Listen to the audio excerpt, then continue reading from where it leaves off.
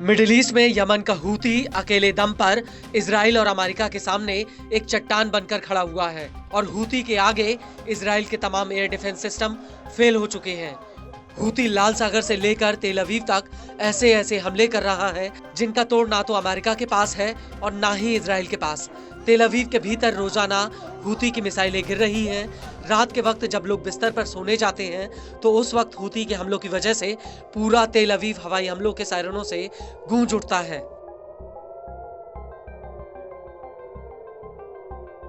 लेकिन ऐसा लगता है कि अब हूती के आगे अमेरिका भी बेबस नजर आ रहा है, क्योंकि हूती के हमलों की वजह से अमेरिका को करोड़ों डॉलर की चपत लग रही है। हूती की छोटी छोटी मिसाइलें अमेरिका के अरबों डॉलर्स के ड्रोन्स का शिकार कर रही हैं और अब इसी कड़ी में हूती ने अमेरिका के ताकतवर MQ-9 रीपर ड्रोन को यमन के मारिब प्रांत में मार गिराया है। हूती का कहना है कि उसने अपनी स्वदेशी जमीन से जमीन पर वार करने वाली मिसाइल से अमेरिकी ड्रोन को मार गिराया। हूती के मुताबिक MQ-9 ड्रोन यमन के खिलाफ शत्रुतापूर्ण अभियान में शामिल था। हूती का यह भी कहना है कि अमेरिका का ये 14वां MQ-9 रीपर ड्रोन है जिसे उसने गिराया है। बड़ी बात यह है कि हूती के प्रवक्ता ब्रिगेडियर जनरल याह्या सारी ने इस हमले की पुष्टि कर दी है।